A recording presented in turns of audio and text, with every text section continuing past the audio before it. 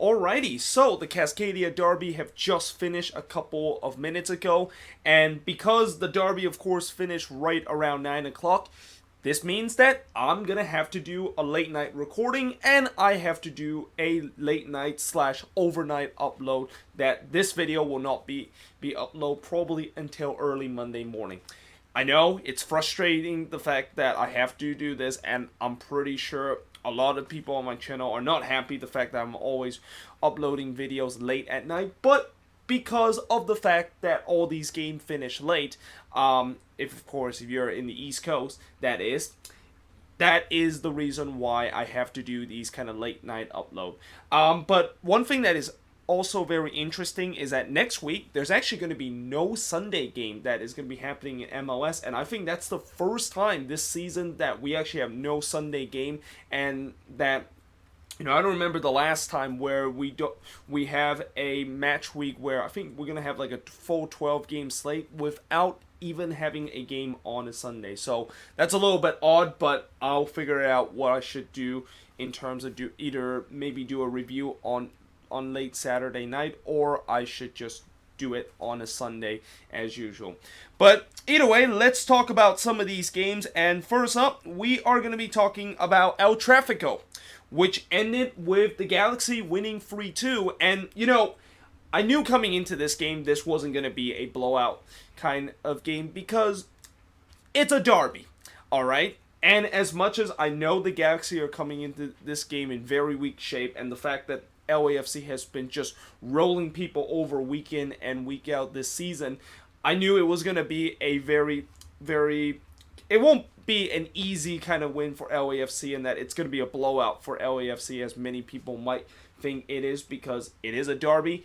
This has started to become one of the most intense derby in the league, and you definitely saw it in this game where it felt like it was all-out war between both of these teams. Heck, even some of the 3-2-5-2 supporters even wear those war camouflage kind of gear, which, I understand that it's kind of feel like a war between both of these teams, but you don't literally need to act like it is war between both of these teams. Nobody is going to get hurt from this, unless of course they started to fight each other, which I didn't really hear anything about LAFC and LA Galaxy supporter kind of fighting each other in the stands. I did hear that last season, but not in this season go around, which is definitely good. I mean, I know the fact that in a derby, you obviously going to have some fight between both the supporters, but you don't want to see that happening even in the most intense derby like this. Let's hope we get all the intense stuff on the pitch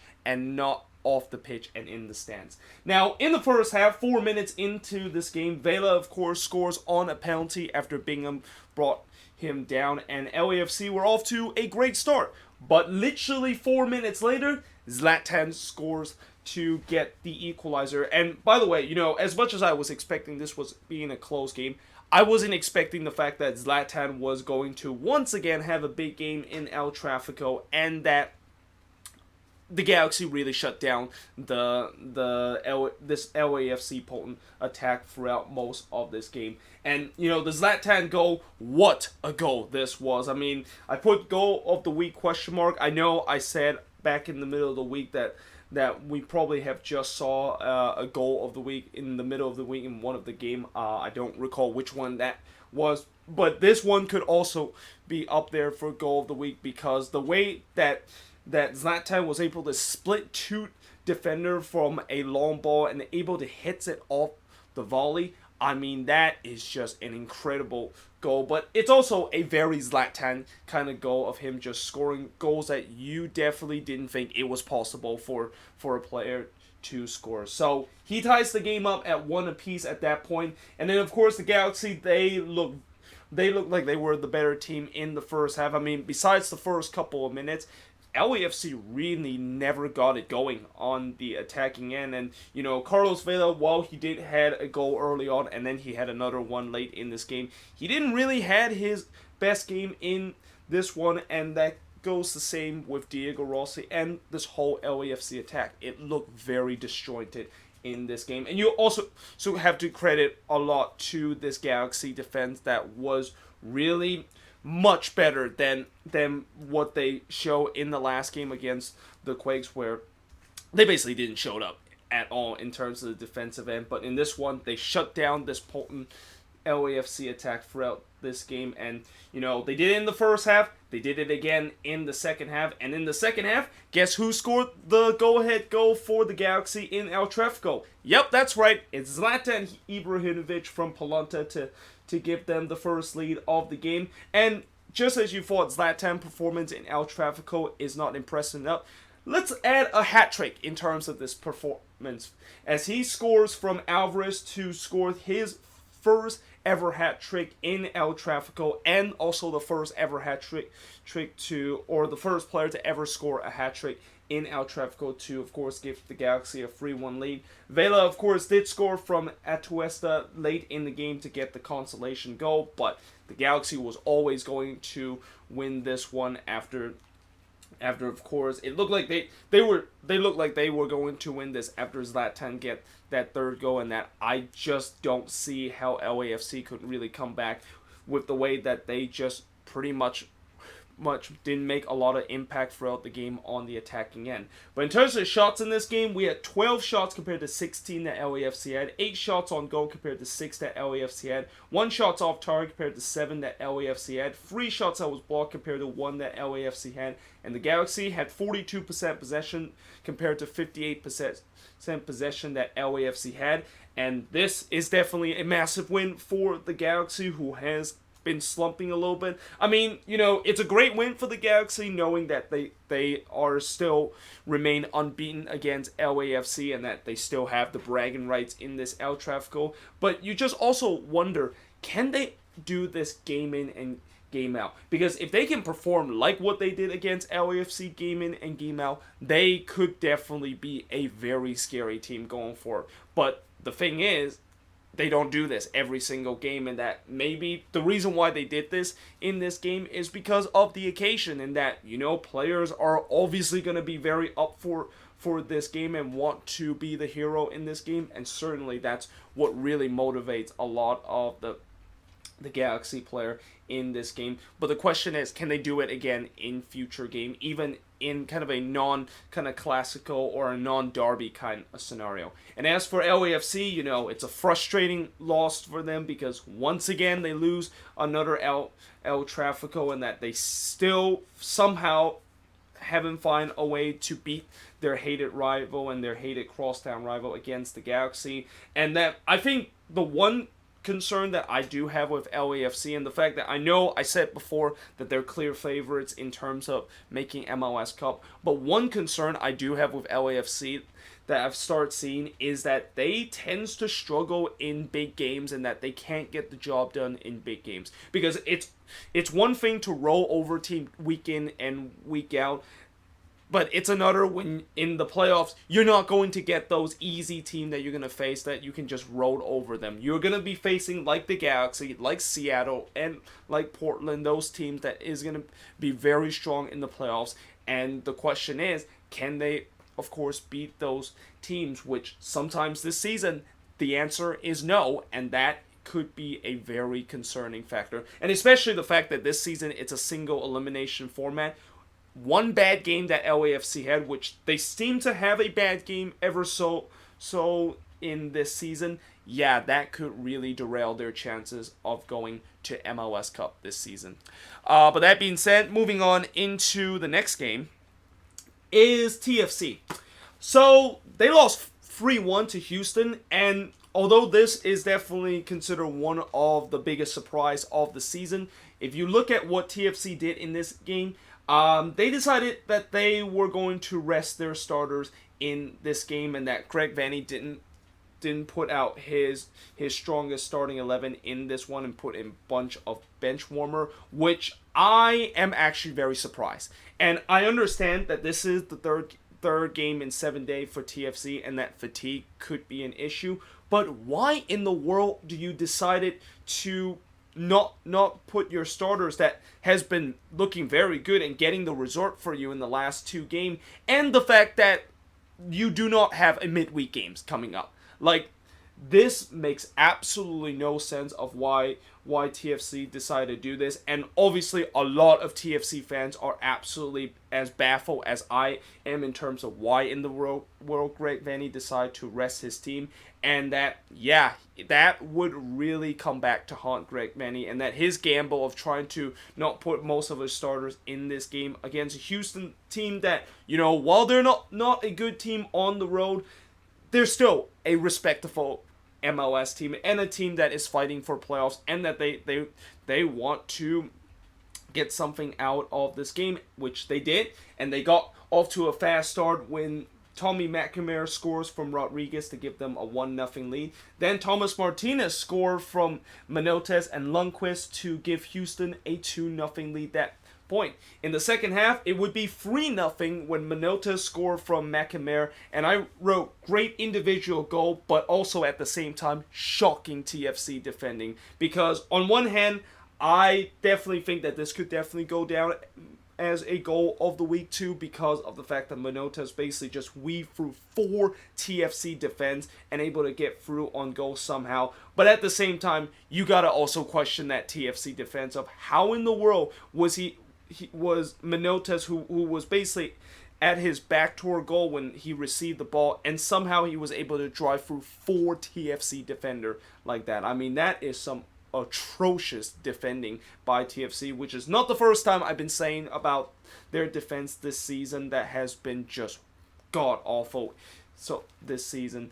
But Altidore did give TFC a slim hope to maybe come back into this game in the 75th minute. TFC did started to put some of their starters in this game, but they didn't put Pozuelo in this game too. They only put Altidore in this one, and unfortunately that would not be enough for TFC as they lose a crucial 3-1 in this game. And in terms of shots in this game, they had 18 shots compared to 7 that Houston had, 5 shots on goal compared to 6 that Houston has, 9 shots off target compared to 1 that Houston had, 4 shots that was blocked compared to none that Houston had, and TFC had 59% possession compared to 31% possession. And like I said, I don't understand why TFC decided to rest their guys in this game, considering the fact that they don't have a weekend game, and that in those last 2 games they look very decent. And also the fact that it's not like doing these last couple of games they travel a lot. Like last week's game against Montreal, which was on the road, Montreal is not that far from TFC, and then they of course play a midweek game at home. And probably the most important factor that really just shows you why this was a bad decision for Vandy to rest his guys is that they're in a playoff hunt right now. They're battling literally 3 other teams that is red hot right now and right on their heels to trying to get the playoffs spot. And the fact that they throw away this game, a game that they definitely should have won against a weak Houston side, yeah, I'll tell you what, at the end of the season, if they do not make the playoffs by 2 or 3 points, they will have to look back at this game as probably this is the one that was the reason why they are not going to make the playoffs. And speaking of playoffs, this is also the first time this season that TFC have found themselves below the red line, because with TFC losing and New England winning this weekend, New England is now officially above the red line. But we'll get to that when I talk about how New England was able to win against FC Cincinnati this weekend. But moving on, in the next match is Dallas. So Dallas got a huge 2-0 win against Sporting KC, and they can definitely thank Sporting KC for their inability to put the ball into the back of the net, and also the fact that Sporting KC defense was hot garbage in this game, and that they just gifted Dallas 2 goals in this one. The first goal that SKC gifted was from Baji and Barrios, and what happened here was that there was a mix-up between Croisset and Busio. Croisset trying to pass it to Busio, but he overhits it. It comes right to Barrios, who plays a good ball to Baji to give Dallas a 1-0 lead. Then SKC would give another goal away because of poor defensive mistake when Vieira, of course, was the benefit of the poor defensive mistake from SKC. And what happened here was basically Ferreira just completely drive a couple of defenders, and that, Quase had a chance to clear the ball away, but as he was trying to clear the ball away, it pinged right back to Fiera, who went through on goal, and just like that, it was 2-0. But Sporting KC did still have chances to maybe salvage a point in this game, as they really looked very threatening and had a lot of chances in front of goal, but as I said in the beginning when I talked about this game, they couldn't finish in this one. And in fact, they had 18 shots compared to 13 that Dallas had, but only 2 of them was actually on target compared to 6 that Dallas had. 6 shots off target compared to 7 that Dallas had. 10 shots that was blocked compared to none that Dallas had. And SKC had 55% possession compared to 45% possession. And that, as much as SKC had a lot of chances and had a lot of shots in this game, when you don't put those shots on goal, it doesn't really matter how many shots that you are going to get. And it's also the reason why I always say shots is one of the most not one of the most underrated, but one of the most overrated stats line to talk about, because as much as you can have like 20 or 30 shots, but if those shots are not quality shots, which is what Sporting KC was ticking in this game, then it doesn't really matter, and that it will that cannot show as a example of the fact that they probably should have got a point or even all 3 points in this game. But other than that, for Dallas, it's a good victory for them, as they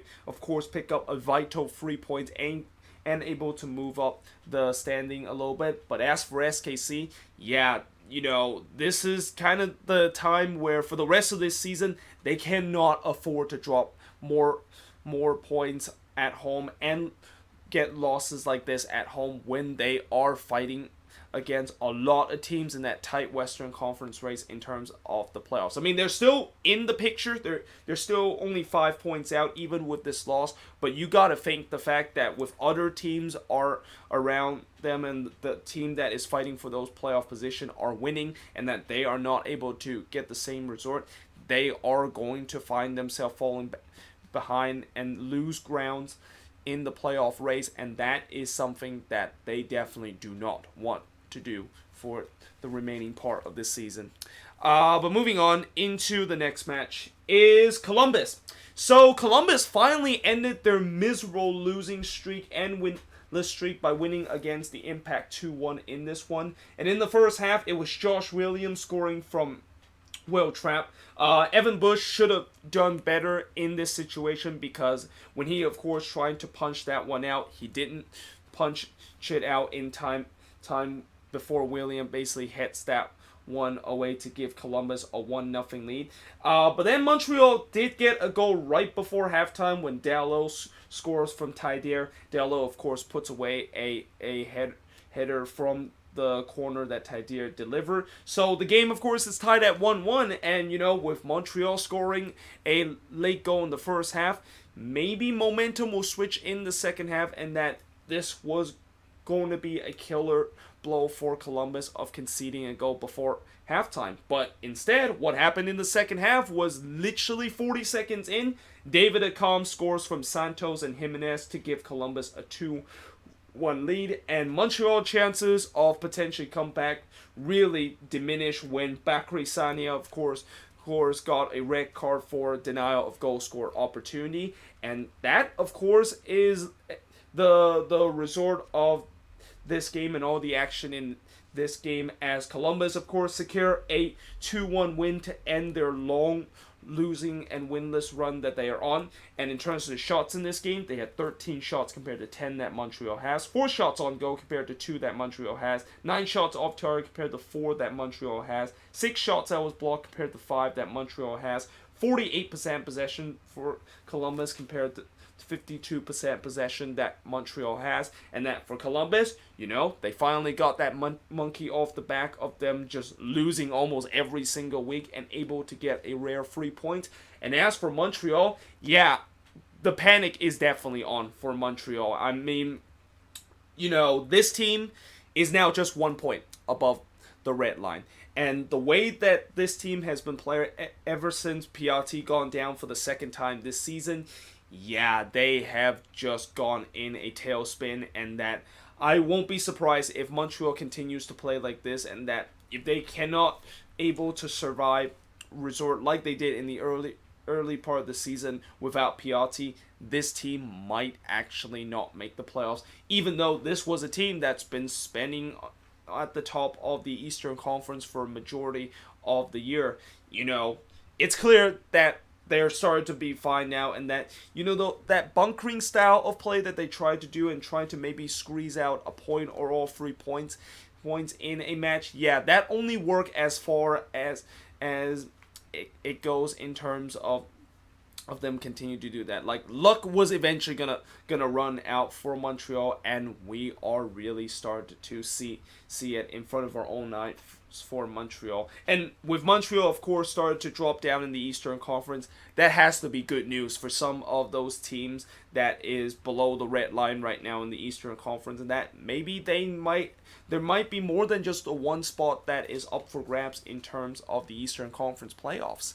But moving on, in the next match is Philly. So Philly, of course, gets a 2-0 win against Chicago, and as it's been the story for Chicago this season, they had a lot of chances to score a goal. They definitely won the expectancy goal battle in this one, but unfortunately, they still lose this game, and they weren't able to find a goal in this game. And they got off to a bad start when the Union scored in the 11th minute, and this was literally a free kick that was just off the training ground, where Medunian, of course, took this free kick. He passed it to Wagner. Then he passed it across to Fabian, and Fabian basically strikes this one into the back of the net. What a perfectly executed free kick that was from the Union to give themselves a 1-0 lead at that point. And like I said, with Chicago having chances of getting the equalizer, they had some chances and had some open looks in the box, especially when they crossed the ball in. There's been a couple of times that some of their attackers had open looks of trying to head it in, but they keep heading the ball over the net. And in the second half, Fontana scores to make it 2-0 against the Union. I think this is the first goal for Fontana this season. I might be wrong though. I think he might have scored a goal earlier this season, but he's a very unlikeliest source in terms of the goal scoring department. And the Union, of course, at that point were up 2-0, and again, Chicago once again had chances to get back in the game, but as it's been throughout the season and as it's been throughout this game, they couldn't find that killer touch. And in the end, the Union gets a crucial 3 points as in terms of the shots in this game, 14-12 that was in favor of Philly. Both teams had 3 shots on goal, 4-5 in favor of Chicago, 7 block shots compared to 4 that Chicago had, and Philly had 55% possession compared to 45% possession that Chicago has. And for Philly, after they've been kind of slumping for the last couple of games, this is definitely a win that the doctor really ordered them to do in this game. And as for Chicago, yeah, they are done in terms of the playoff hope. I mean, as long as if they still have not fired anyone, either the GM or the coaches in this season, I don't think they are actually going to be making the playoffs at all, because you can just clearly see that there is not a lot of confidence and just there's no beliefs that this team can actually win games that can maybe get themselves into the playoff conversation and get over the red line. It seemed like this team is basically down and out right now for the rest of the season. But moving on, in the next match is Colorado. So Colorado, they lose 2-1 against NYCFC in this game, and NYCFC mostly dominated in this game, but Colorado actually got off to a great start in the 6th minute when Sebastian Anderson, who is a 16-year-old homegrown player for the Rapids, scores his first ever goal from Jonathan Lewis to give Colorado a 1-0 lead. I mean, that is definitely a very special moment for Sebastian Anderson, 16-year-old, starting in I believe his first ever game for the Colorado Rapids, and able to score a goal at that point. Now, unfortunately, he kind of become a hero to zero in this first half, because as much as he was kind of a hero of scoring the opening goal for the Rapids and getting the Rapids a dream start, he quickly become a zero when he made a silly scissor kind of tackle on one of the NYCFC player. He of course got sent off, and obviously that is a typical rookie mistake you see with a lot of youngsters, where sometimes, with a lot of youngsters, they tend to have like a lot of energy, but they sometimes make some very kind of dumb mistake, and some mistake that just kind of really drive coaches nuts and thinking, why in the world does he keep making this mistake? Well, Sebastian Anderson basically just had that moment, and I kind of do feel bad for the kid, because he's only 16-year-old, and he's going to learn that you do not just do a scissor challenge at any point of the game, because you most likely are going to get a red card in that situation. So with Colorado down to 10 men at that point, NYCFC basically just took over the game. I mean, Colorado just basically could not get the ball, and just getting pinned back in the remaining part of this game. And 7 minutes later, NYCFC was able to take advantage of that man advantage when Abear scores from Morales to tie the game up at 1 apiece. Tim Howard did went off at halftime with a knee injury. It's one of the rare times that I see a goalkeeper had to come off and that the backup goalkeeper had to come on here, but that of course is what happened in this situation. And in the second half, again, NYCFC completely dominated the second half, and that Colorado was just basically parking the bus and hoping that they can salvage a point out of this game, despite the fact that down to 10 men. And it looked like they were about to do it until in the 83rd minute, Matrita strike a very beautiful shot to give NYCFC the second goal that they definitely deserved throughout this game. And yeah, that of course is the final score of this game, as NYCFC had 29 shots compared to 8 that Colorado has. 9 shots on goal compared to 3 that Colorado has. 14 shots off target compared to 5 that Colorado has. 6 shots that was blocked compared to none that Colorado has. And NYCFC, get this, 78% possession compared to 22% possession that Colorado has. I mean, 78% possession is probably the most possession that I have seen a team had throughout this season in MLS. And it also just showed you another example of how NYCFC pretty much just dominated this game after the sending off, and that they were just pretty much spent majority of the time in this game in the Colorado half, because Colorado, they were trying to park the bus and trying to squeeze out a point, but they weren't able to do that. So it's a very frustrating loss for Colorado, and I'm not quite sure, does this mean that their playoff chances is going to diminish, because they had that good run, but now that they have lost, I think, back-to-back games now, and that they're starting to fall behind in terms of the playoff race once again, yeah, their chances of getting back in the playoff picture and making the playoffs this season is started to be a little bit slim again. But as for NYCFC, it's a good win for them after suffering back-to-back losses. And yeah, moving on into the next game. Oh, and actually, let me now just switch board to look at the last 6 games that is going to happen this week. But yeah, next up, RSL. So they drew 1-1 against Minnesota, and despite the fact that this was a matchup between two teams that was kind of in a bit of a hot streak, and that RSL, they were coming into this game having won 5 in a row at home, and that Minnesota was coming into this game having won 7 in a row in all competition.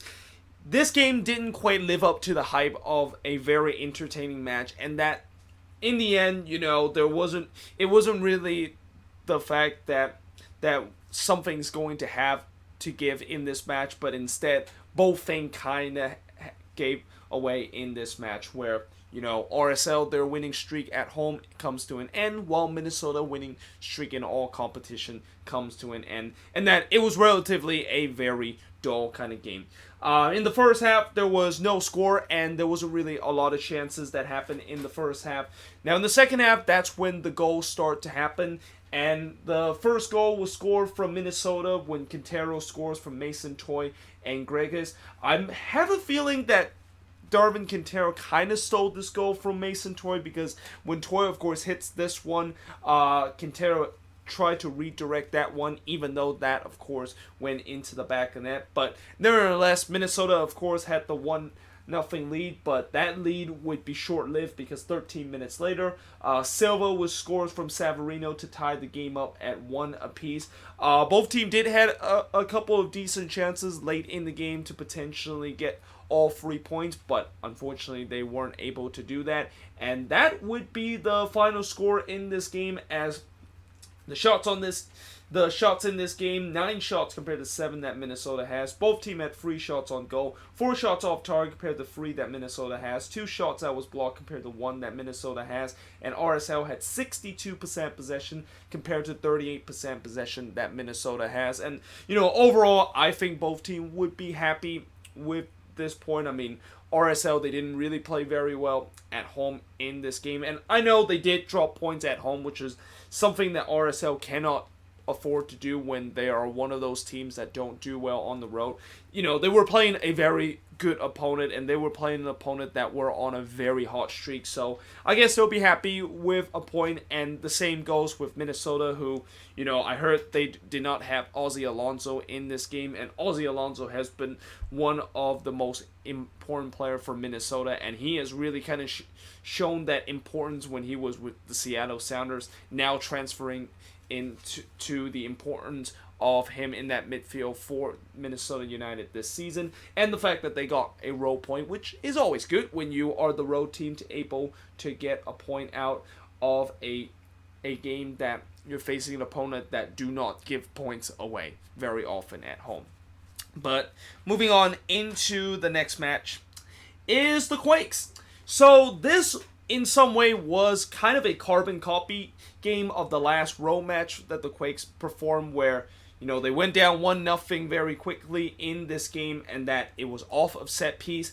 It was the same thing here where they went 1-0 down 7 minutes in on a set piece when Donnell Henry, of course, gave Vancouver a 1-0 lead. It was poor defending from the Quakes in terms of the set piece, because when the ball was coming in, we did not clear the ball away, and we let that ball dangling into box way too long, and that it was bound for one of the Vancouver players to basically slash it into the back of net, which Donnell Henry did exactly that. But the Quakes, as it's shown many times this season, they have a lot of resiliency, and that it seemed like in these last 3 games where the Quakes have conceded a goal, and by the way, that is something that I am started to be a little bit concerned with the Quakes, considering the fact that this is 3rd straight games that they concede very early on, and that, yes, they show good resiliency, but still, you don't want to shoot yourself in the foot so early in the game, every single game on the road. But, in this one, they got away with it again, and the fact that they were able to once again show that resiliency, and that they got the equalizer just 9 minutes after going down early, when Vaco, of course, scoring from Wando. Vaco has just been in tremendous form in this past month or two, and that it's hard to believe, as much as I was hoping maybe eventually his form is going to dip, he still continued to score and continued to play a big part to this team. So at that point, it tied it up at 1 apiece. Then we got the lead in the 34th minute, and this was a very strange goal, and that it took even to the second half until they decided who actually scored this goal, because what happened in this play was when Vaco, of course, lashed this one toward goal and it hits off the post, it actually took an unfortunate ricochet right off of Maxime Kriepel's back, and then as that ball was about to cross the line, it looked like Kriepel just able to clear that one, or just able to hand that one off the line, but unfortunately he handed right into the path of Wando, who basically makes sure that it goes into the back net. And Jackson Yeo, I think he was thinking that ball actually crossed the line, so that's why he decided to kind of let go of it. Otherwise, I have no idea why did Jackson Yeo not able to finish that when he literally just watched Kriepel basically trying to clear that one off the line with his hand. But, Wando, of course, puts it into the back net of the rebound. And, the question is, was this actually supposed to be an own goal where, when the ball hits the post and it bounced right back into the back of Maxime Crépeau, did that ball actually cross over the line? Because when I look at it a couple of times, it looked like it actually did cross the line, and that, if that's the case, then it has to be an own goal. And the funny thing is, they actually awarded Vako that goal, which I'm actually really surprised and kind of head scratch. Why did Vako, of course, was awarded that goal? Because he hit the post, which is not on target, and anytime when you have a shot that is not on target and it took a deflection off of the opposition player, then it's an own goal. So I don't know why exactly that is the originally, of course, gave oh, bless you there, gave Vako the goal there. But either way, still, it is a goal, and I'm obviously not going to be complaining how in the world did that go, of course, happening. But then in the second half, oh goodness, I'm starting to have a little bit of an allergy. But in the second half, we continue to dominate, and that Eriksson basically put this game away when he scored from Espinoza to, of course, give us that crucial third goal and that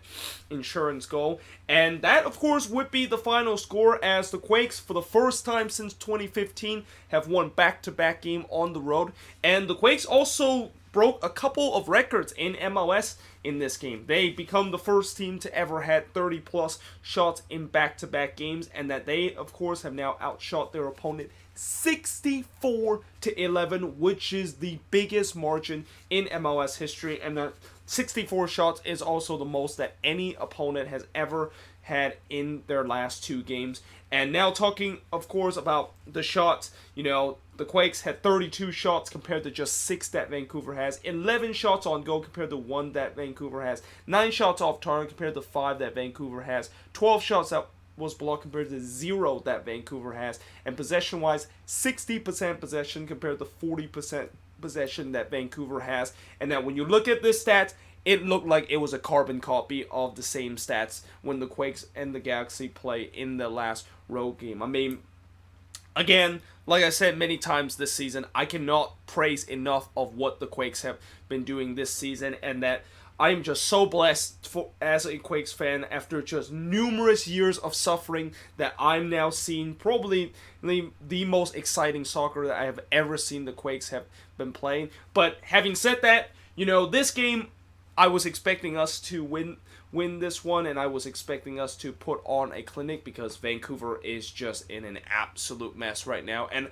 I do feel sorry for Whitecaps fan, because the fact that, I know that they know this was a rebuilding year, and in the beginning of the season, it looked like they got some hope, the fact that things were going to work out, and now it looked like that hope is just a complete mirage, and that, yeah, this is going to be a long year for the Whitecaps and a long, painful process for them. And, a lot of Whitecaps fans obviously are fuming at the ownership and the front office of not spending a lot of money in terms of trying to begin this rebuilding process.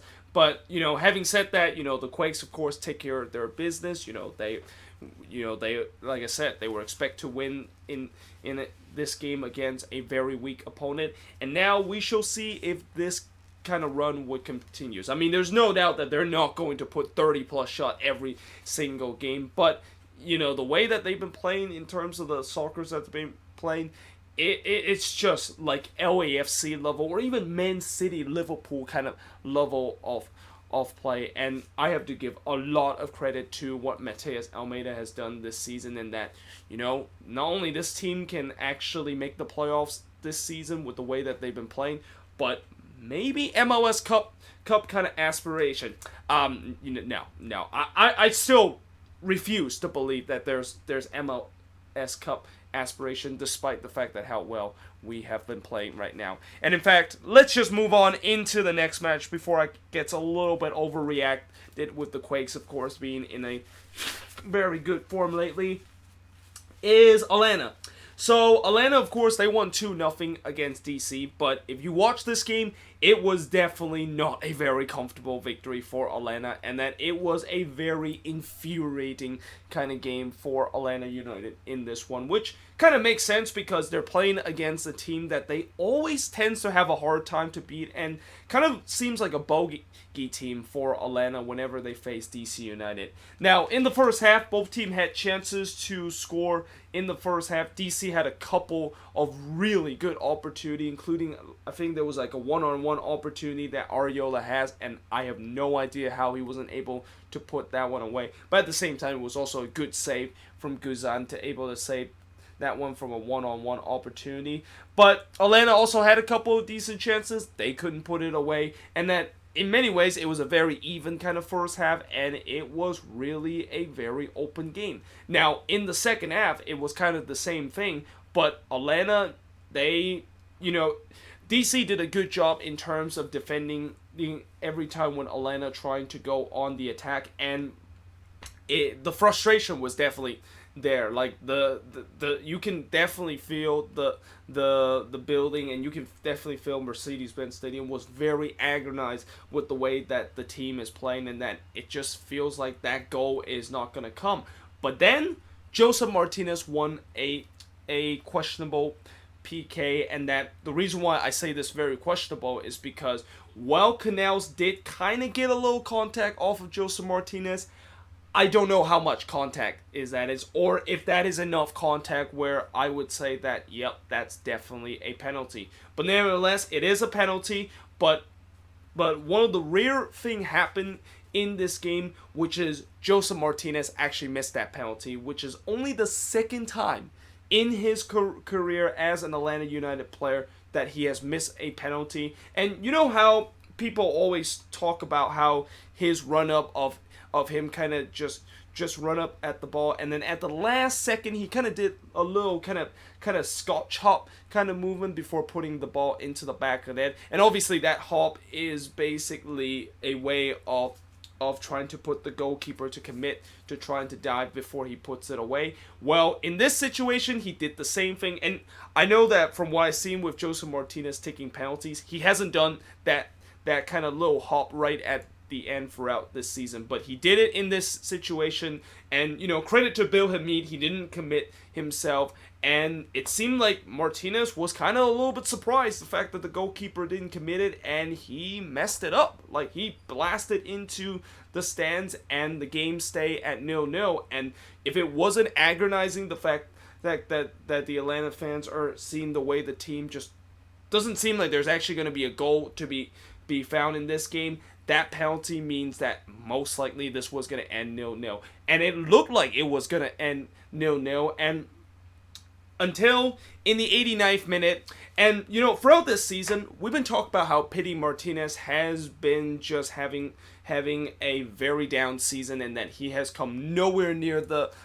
potential that Atlanta thought that they were going to bought. I mean, this guy was the South American Player of the Year last year, but he sure isn't playing like the South America Player of the Year throughout the season. And that, in these last two games, he's been benched, and that he's been basically relegated into substitute duty, and that he has to come off the bench to make an impact. And boy, did that in this game. And I hope this game, where he of course scored the crucial first goal from Nagbe and Gresso, hopefully this will be a beginning of him finally getting out of that slump and trying to gain some trust back from Frank de Boer, because it seemed like right now it's pretty clear that the relationship between Pity Martinez and Frank de Boer is very sour, and it's no wonder why Pity Martinez has been benched in the last two games, because that the manager clearly sees that he's not good enough in terms of starting day in and day out. But in this performance, it was pretty clear that he was proving people wrong, that he can of course get back on his feet and becoming that player that he was last season. And he also of course assisted the second goal when Joseph Martinez of course went through on goal and able to redeem himself after that missed penalty to take a 2-0 lead. And also with that goal, Martinez have now scored 8 straight games, and that he's only, I believe, 3 away from actually tying either Valeri's record or Vela's record in terms of scoring at least a goal in every single game. I mean, you can clearly see that Joseph Martinez is started to find his form that he had in 2018, that record goal scoring season. But talking about Pity Martinez, is this finally the beginning of what Orlando was hoping he would be? And if that is the case, then that is great news for Orlando United, and that you can say that this team is definitely could be MLS Cup contender once again. But in terms of shots in this game, Atlanta had 18 shots compared to 7 that DC had, 6 shots on goal compared to 3 that DC had, 7 shots off target compared to 4 that DC had, 5 shots that was blocked compared to none that DC had, and possession-wise, 61% possession compared to 29% possession that DC, or 39% possession compared to DC had. Just ignore the fact that I wrote 29% there, and that, for Atlanta, it's a big victory for them. They now leapfrog DC to second place, and for DC, it's a very frustrating loss because, it looked like they were able to hold the fort and able to get out of Mercedes-Benz Stadium with a point, but they unfortunately gave up those late goals, and they lost their concentration late in the game, which ultimately cost them to at least get a point out of this game. But moving on into the next match is New England. So New England continue to win, which nowadays it doesn't seem like it's a big surprise, as they of course win 2-0 against FC Cincinnati. And what is important about this game for New England is that they need to really get off to a good start and get that early goal, which they did exactly that when Carlos Hill scored from Gustavo Bo to give New England a 1-0 lead. And while Gustavo Bo didn't really score a goal and didn't really had a decent game in this one, at least he was part of the score sheet of assisting that goal that Carlos Hill basically scored. Now in the second half, Delamay scores from Hill to Pineda to give New England a 2-0 lead, and at that point, I knew this game was pretty much over. I mean, New England could have maybe scored 3 or 4 goals if they weren't being not clinical, and that Spencer Ritchie once again come up with a couple of big saves, and that, throughout this game, FC Cincinnati just pretty much had nothing to offer in terms of this performance. And, New England, of course, now unbeaten in 10 games and have not lost a match since firing of Brad Friedel in early May, and I don't really need to remind you of the fact that this is also a clear example of what happened when you decided to have a regime change and decide to go into a new era, and right now New England is clearly benefit from that. And in terms of shots in this game, New England had 13 shots compared to 12 that FC Cincinnati has. Both teams had 7 shots on goal. Both teams had 5 shots off target. New England had 1 shot that was blocked compared to none that FC Cincinnati has. And New England has 57% possession compared to 43% possession that FC Cincinnati has. And that, like I said, New England, they continue their hot streak. They're now above the red line for the first time this season. And as for FC Cincinnati, yeah, this is just part of the growing pain of them. And at least the good thing about this game is that at least they did not just completely shut the bed and just give up so many goals at home as they have done many times this season, both at home and also away. But moving on into the next match is Orlando.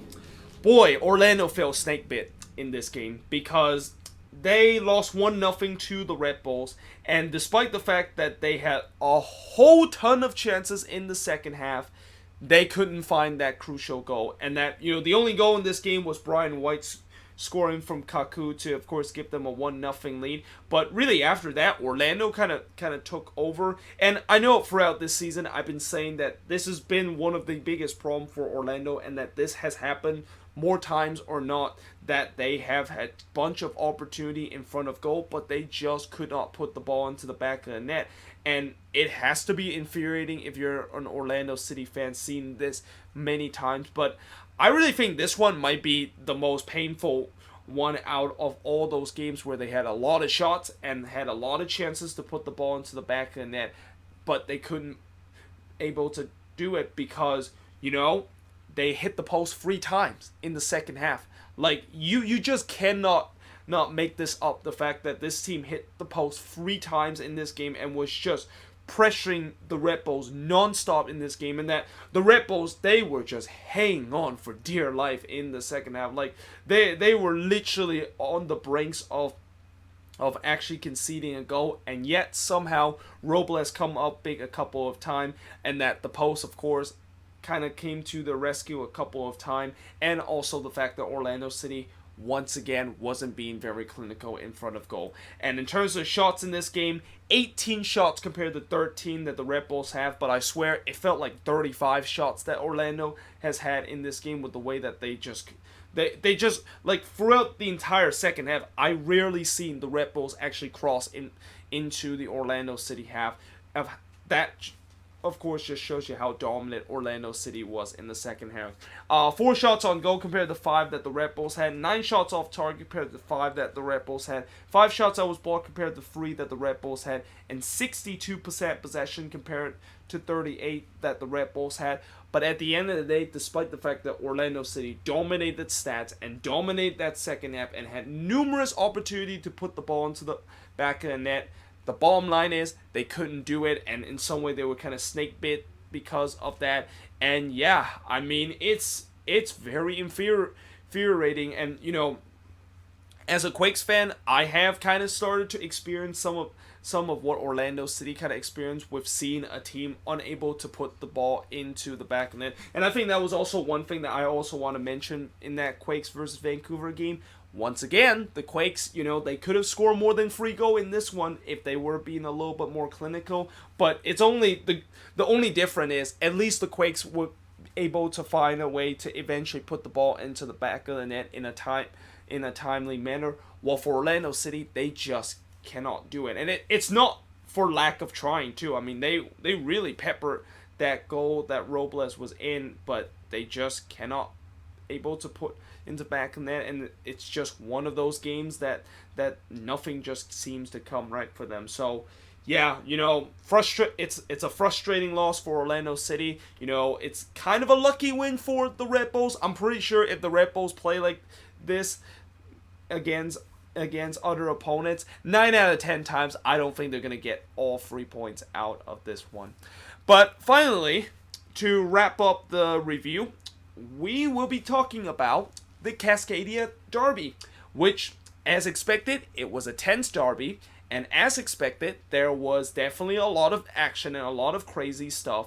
And, you know, in the first half, Portland, of course, got the first goal when Brian Fernandez scores his first ever goal in the Cascadia Derby to give Portland a 1-0 lead. But I really thought Seattle really dominated the first 20 minutes. And, you know, what Seattle tried to do in this game is that they really tried to play in this game and kind of almost really force the game into the hands of Portland. Because one thing I've seen with the Timbers whenever they're in these big games is they're kind of a low block kind of team. They're kind of a team that just asks the other opponent to say, okay, go ahead, trying to go at us and see if you can break us down, because we have a lot of lethal weapons that can basically hit you on the counterattack.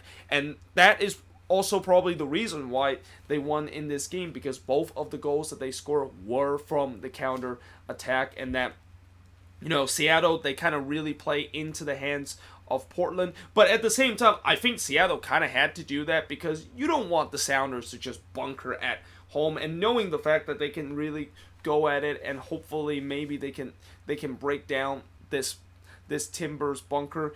And with the talent that they have on the attack, you would think that maybe they can break down this Timbers bunker, but they just couldn't quite do it in this game. And that, once again, the Timbers, you know, they of course did a good job in terms of playing this low block and able to get a victory out of this one. But, you know, in the second half, Ruidíaz did tie the game up at 1 apiece for Seattle. But literally 40 seconds later, literally straight from the kickoff, Fernandez scores from Blanco and Valeri to give Portland a 2-1 lead. And that has to be very agonizing if you're the Seattle Sounders, where you thought that you finally got that equalizer, you finally break through that Timbers stiff defense, and yet you literally just concede on the other end, and that they of course find themselves down 2-1, and that they kind of were finding themselves trying to chase the game and trying to get a couple of chances to get the equalizer, and that, you know, late in the game things were getting heated, which, you know, it is a big surprise considering the fact that this has always happened in the Cascadia Derby, where, you know, if it wasn't in the beginning that it gets heated, it's always near the end, because that's when the stake gets higher. Both teams were trying to